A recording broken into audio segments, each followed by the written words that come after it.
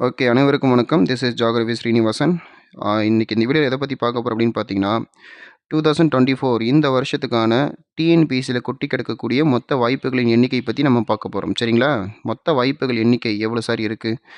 அதாவது ஃப்ரெஷர்ஸ்லேருந்து experienced candidates வரைக்கும் நான் பார்த்தீங்கன்னா சொல்லிடுறேன். மொத்தமா உங்களுக்கு கொட்டி கிடக்கக்கூடிய மொத்த வாய்ப்புகளின் எண்ணிக்கை பார்த்தீங்கன்னா, 2024 பொறுத்தவரைக்கும் 8393 வாய்ப்புகள் உங்க கண்ணு முன்னாடி டிஎன்பிஎஸ்சி குரூப் எக்ஸாம்ல கொட்டி கிடக்குது. அதாவது வேக்கன்ஸீஸ் சரிங்களா? 2393 வேக்கன்ஸீஸ். என்ன சார் சொல்றீங்க? அதாவது புதுசா ஏதாவது அறிவிப்பாணை வந்திருக்கான்னு? புதுசா அறிவிப்பாணைலாம் ஒண்ணும் இல்ல. ஏற்கனவே வெளியிடப்பட்டுள்ள ஆனுவல் பேனல்ல சொல்லியிருக்கிற மாதிரியே மொத்த வாய்ப்புகளின் அதாவது மொத்த வேக்கன்ஸிகளின் எண்ணிக்கை பற்றி நான் சொல்லிட்டு இருக்கேன். ஓகேங்களா? எப்படி இது பாசிபிள்? பாருங்க 2024ல ஃபர்ஸ்ட் நீங்க குரூப் 4 எக்ஸாம் எழுதிருப்பீங்க. அதுக்கப்புறமா ஒரு நோட்டிஃபிகேஷன் வந்திருக்கும். என்னது? குரூப் 1 பி அண்ட் சி சர்வீஸ்க்கான நோட்டிஃபிகேஷன் வந்திருக்கும். அதுக்கப்புறமா குரூப் 1 சர்வீஸ்க்கான நோட்டிஃபிகேஷன் வந்திருக்கும். அதுக்கப்புறமா குரூப் 2 அண்ட் குரூப் 2ஏக்கான நோட்டிஃபிகேஷன் வந்திருக்கும். ஆக மொத்தம் உங்களுக்கு வந்து பார்த்தீங்கன்னா 8393 வேக்கன்ஸீஸ். சரிங்களா? ஓகே. சரி, இப்போ பாருங்களேன். குரூப் 4 பொறுத்த வரைக்கும் நீங்கள் 6244 வேக்கன்ஸீஸ்க்கு எழுதிட்டு வந்திருப்பீங்க. Group 1 B, group 1 C service பொறுத்த வரைக்கும் 29 வேக்கன்ஸீஸ்க்கு அப்ளிகேஷன் போட்டிருப்பீங்க. குரூப் 1 கேட்டகரி பொறுத்த வரைக்கும் 90 வேக்கன்ஸீஸ்க்கான அப்ளிகேஷன் போட்டிருப்பீங்க. குரூப் 2, குரூப் 2ஏ 2 எக்ஸாமுக்கும் சேர்த்து வந்து பார்த்தீங்கன்னா கிட்டத்தட்ட 2030 வேக்கன்ஸீஸ் வந்து இதுக்கு மேலே தான் நோட்டிஃபிகேஷன் வெளியிட போகிறதாக சொல்லியிருக்காங்க. ஆக மொத்தம் உங்களுக்கு எவ்வளோங்க? எல்லாத்தையும் கூட்டி பார்த்தீங்கன்னா 8393 வேக்கன்ஸிஸ் இருக்குங்களா? எஸ் இருக்குது. ஸோ இதை பொறுத்த வரைக்கும் நீங்கள் என்ன பண்ணியிருப்பீங்க? குரூப் 4 எக்ஸாம் பொறுத்த வரைக்கும் உங்களுக்கு ஜனவரி 30ஆம் தேதி உங்களுக்கு நோட்டிஃபிகேஷன் வந்திருக்கும். ஸோ அதன் அடிப்படையில் ஜூன் 9ஆம் தேதி சண்டே மார்னிங் எக்ஸாம் எழுதிட்டு வந்திருப்பீங்க 6244 போஸ்ட்டுக்கு வேக்கன்சிஸுக்கு. ஓகேங்களா? குரூப் 1 பொறுத்த வரைக்கும் group 1 B, group 1 C service பொறுத்த வரைக்கும் உங்களுக்கு என்னங்க ஜூலை 12ஆம் தேதி எக்ஸாம். July 12 exam. குரூப் 1 அதாவது 90 வேக்கன்சிஸ் இருக்கக்கூடிய குரூப் 1 எக்ஸாம் பொறுத்த வரைக்கும் இந்த எக்ஸாம் அடுத்த நாளே இந்த எக்ஸாமுடைய அடுத்த நாள் என்ன பண்ணுவீங்க? ஜூலை 13ஆம் தேதியை போயிட்டு எழுதிட்டு வருவீங்க. அதாவது ரெண்டுக்கும் சேர்த்து ப்ரிலிமினரி எக்ஸாம் சொல்கிறேன். சரிங்களா? ஓகே. அப்போ group 1 B and C service பொறுத்த வரைக்கும் preliminary exam July 12. Group 1 exam பொறுத்த வரைக்கும் ப்ரிலிமினரி எக்ஸாம் பார்த்தீங்கன்னா ஜூலை 13 அடுத்த நாளே. இப்போ குரூப் 2, குரூப் 2ஏ இதுக்கான நோட்டிஃபிகேஷன் ஜூன் மாதம் 28ஆம் தேதி வெளியிடப்பட உள்ளதாக தகவல் வெளியாகியுள்ளது. ஆனுவல் பேனர்லேயும் அதான் சொல்லியிருக்காங்க. நியூஸ் பேப்பர்லேயும் கொடுத்துருக்காங்க. நிறைய பேர் இந்த தகவலை வந்து பரிமாற்றி கொண்டு இருக்கின்றார்கள். ஓகேங்களா? சரி, நோட்டிஃபிகேஷன் வரல. இப்போ நான் இந்த வீடியோ பதிவிடக்கூடிய டேட் பார்த்தீங்கன்னா, இப்போ நான் ரெக்கார்ட் பண்ணக்கூடிய டேட் பார்த்தீங்கன்னா ஜூன் 20ஆம் தேதி ரெக்கார்ட் பண்ணிகிட்ருக்கேன். சரிங்களா? ஓகே, இருக்கட்டும். பட் இன்னும் நோட்டிஃபிகேஷன் வரல. இன்னும் 8 நாள் இருக்கா? சரி, நோட்டிஃபிகேஷன் வந்துருச்சுனாவே நினச்சிப்போம். வந்துருச்சு. இப்போ என்ன பண்ணுவீங்க? எல்லாம் தடாபுட எல்லாத்தையும் குரூப் 4 படித்த அந்த புக்ஸ் அது இது எல்லாத்தையும் கலெக்ட் பண்ணுவீங்க. சிலபஸ் கலெக்ட் பண்ணுவீங்க. திரும்ப எல்லாத்தையும் என்ன பண்ணுவீங்க? கம்பேர் பண்ணுவீங்க. குரூப் 4 எப்படி இருக்குது? குரூப் 1 எப்படி இருக்கும்? இந்த சிலபஸ்லாம் எப்படி இருக்குன்னு சொல்லி கலெக்ட் பண்ணுவீங்க. அந்த மாதிரிலாம் ஒன்றும் இல்லை. Don't tension.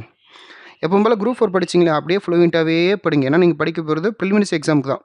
ப்ரிலிமினரி எக்ஸாம்ஸுக்கு தான் படிக்க போகிறீங்க. ஓகேங்களா? ஸோ இதுக்கான அறிவிப்பாணை ஜூன் 28 வரப்போகுது. நீங்கள் என்ன பண்ணுவீங்கன்னா, இதுக்கும் ப்ரிலிமினரி எக்ஸாம் வந்து பார்த்தீங்கன்னா, நீங்கள் எப்போ எழுதுவீங்க?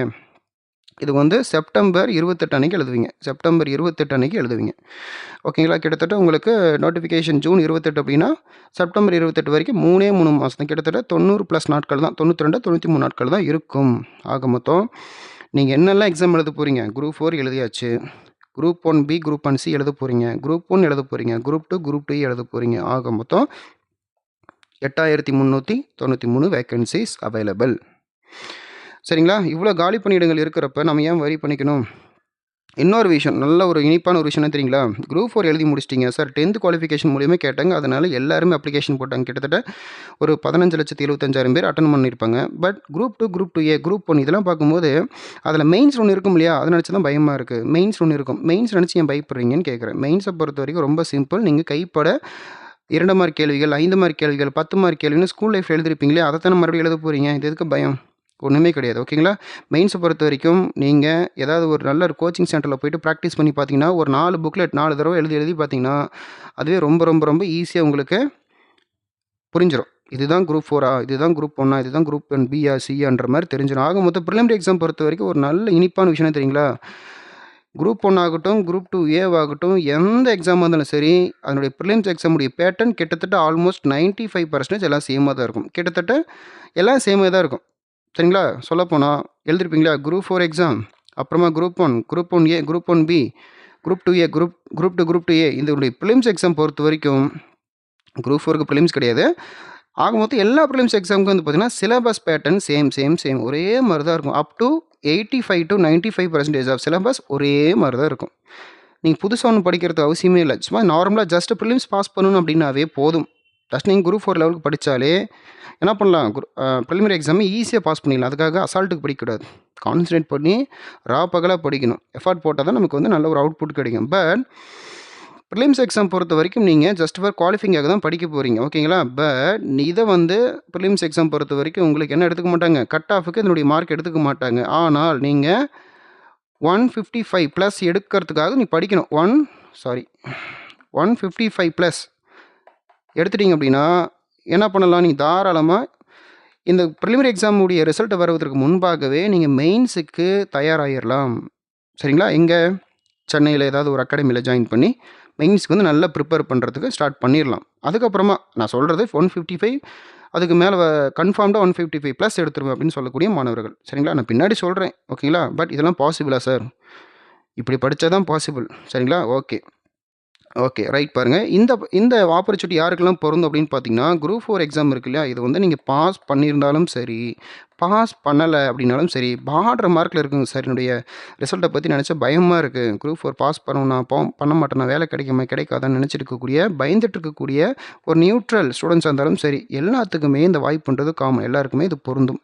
இன்னொரு விஷயம் சொல்ல போனால், இந்த குரூப் 2, குரூப் 2A, குரூப் 1லாம் யாரில் எழுதுவாரோன்னு கேட்டிங்கன்னா, ஆல்ரெடி போன வருஷம் பாஸ் பண்ணி உள்ளே போனாங்க பார்த்தீங்களா, குரூப் 4 பாஸ் பண்ணி உள்ளே போயிருப்பாங்க. இப்போ வந்து சர்வீஸ் இந்த இதெல்லாம் முடிச்சிருப்பாங்க, ட்ரைனிங் முடிச்சுட்டு சர்வீஸ்குள்ளே போனவங்களும் எழுதுவாங்க. லாஸ்ட் இயர் வந்து பார்த்திங்கன்னா குரூப் 2, குரூப் 2 எக்ஸாம் முடிஞ்சிருக்கும் இல்லையா, அவங்களும் எழுத வருவாங்க. இப்போ லாஸ்ட் டைம் வந்து பார்த்திங்கன்னா குரூப் 4 எக்ஸாம் முடிஞ்சது இல்லையா, அவங்களுக்கு கண்டிப்பாக சார் 170, 167, 175 ப்ளஸ் இந்த மாதிரி சொல்லுவாங்க இல்லையா, அவங்களும் வேலை கிடச்சிரும் கண்டிப்பாக அவங்களுக்கு. அவங்களும் என்ன பண்ணுவாங்க, அப்பாயின்மெண்ட் ஆர்டர் வாங்கிட்டும் எழுதுவாங்க. தென் இந்த மாதிரி எல்லாருமே எழுதக்கூடிய ஒரு காமனான எக்ஸாம் அப்படின்றதுனால நீங்கள் என்ன பண்ணலாம், டிகிரி முடிச்சிருந்தா group 1, group 1 BC and group 2, group 2A service இந்த மாதிரி எல்லாமே நீங்கள் எழுதலாம். ஆக மொத்தம் சேம் சிலபஸ் அப்படின்றதுனால உங்களுக்கு பெரிய ஒரு பேர்டன் ஒன்றும் பெருசாக இருக்காது, அதுக்கு இருக்கிறதுக்கு வாய்ப்பு ரொம்ப கம்மி தான். ஸோ அதனால் நீங்கள் என்ன பண்ணலாம், இந்த வருஷம் கொட்டியிருக்கக்கூடிய கிட்டத்தட்ட 8393 வேகன்சிஸ் சரியாக பயன்படுத்திக்கிட்டீங்க அப்படின்னா கண்டிப்பாக ஏதாவது ஒரு வகையில் உங்களுக்கு போஸ்ட் கட்டாயம் கிடைத்தே தீரும். இன்னொரு விஷயம் தெரியுங்களா, குரூப் 4 எக்ஸாம் முடித்த உடனே அந்த ஃபயரோட ஃபயராக நீங்கள் group 1, group 1B services, C services, group 2 services, group 2A services எல்லாத்தையும் எழுதிட்டே வந்தீங்கன்னா திரும்ப நீங்கள் குரூப் 4 எக்ஸாம் திரும்ப எழுதுகிற மாதிரியே தான் ஒரு அனுபவம் இருக்கும். அதனால் பெரிய ஒரு பேர்டன் இருக்காது. அதனால் நீங்கள் குரூப் 1 ப்ரிலிம்ஸ் படிக்கிறதுக்கு படிச்சுட்டு இருக்கும்போதே மெயின்ஸுக்கு சேர்த்து படிச்சிட்டிங்கன்னா உங்களுக்கு பேர்டன் மாதிரியே தெரியாது. இதுக்காக நீங்கள் வந்து ஒரு 1 இயர் ஒதுக்கிடணும். 1 இயர் ஒதுக்கிடுங்க. மெயின்ஸு, இன்டர்வியூ இதெல்லாம் இருக்கு இல்லையா, 1 இயர்ஸ் ஒதுக்கிட்டீங்க அப்படின்னா மெயின்ஸ் வரைக்கும் தான் உங்களுடைய கஷ்டம் இருக்கும். அதுக்கப்புறம் இன்டர்வியூ பொறுத்த வரைக்கும் எதுவுமே பெரிய பேர்டன் இருக்காது. இன்னொரு விஷயம் தெரியுங்களா, குரூப் 2, குரூப் 2A பொறுத்த வரைக்கும் தேர் இஸ் நோ இன்டர்வியூ, ஓகேங்களா? ஓகே, இது உங்களுக்கு போதும்னு நினைக்கிறேன். ஸோ இப்போ வந்து நீங்கள் என்ன பண்ணலாம், குரூப் 4 படித்து முடித்த கையோட நீங்கள் எடுத்து வச்சுருக்கிற புக்ஸு சரிங்களா, புக்ஸ் ஆகட்டும், சிலபஸ் ஆகட்டும், அப்புறம் வேர் டு ஸ்டடி ஆகட்டும், அப்புறம் old question paper, then school books எல்லாத்தையும் மறுபடியும் கலெக்ட் பண்ணுங்கள். எடுத்து உங்களுடைய டேபிளில் இந்நேரம் எடுத்து வச்சுருக்கணும். எடுத்து வச்சு படிக்க ஆரம்பிங்க. இப்போ கிடைக்கலன்னா வேறு எப்போவுமே வேலை கிடைக்காது. வாய்ப்பு என்பது ஒரு முறை மட்டும்தான் வரும். அந்த வயசு, வாய்ப்பு, திறமை, வேகம், உத்வேகம், பாசிட்டிவ் எனர்ஜி, உடம்புடைய திறமை, சந்தர்ப்பம், சூழ்நிலை எல்லாமே டைம் இருக்கும் போதே அமைச்சிக்கிட்டா தான் உண்டே ஒழிய திரும்ப நம்ம அமைச்சிக்கிற மாதிரி வாய்ப்பு நமக்கேற்ற மாதிரி அமையாது. இதுதான் நான் சொல்லிக்க விரும்புகிறத.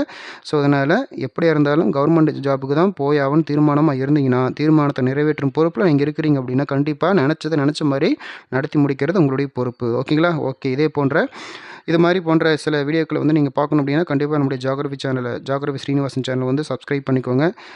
லைக் அண்ட் ஷேர் பண்ணுங்கள். இனியும் டவுட் அப்படின்னு கண்டிப்பாக கமெண்ட் செக்ஷனில் கேளுங்க. அதுக்கு உண்டான வீடியோவை நான் போடுறேன், ஓகேங்களா? ஓகே, அடுத்த வீடியோவில் சந்திக்கலாம். தேங்க்யூ.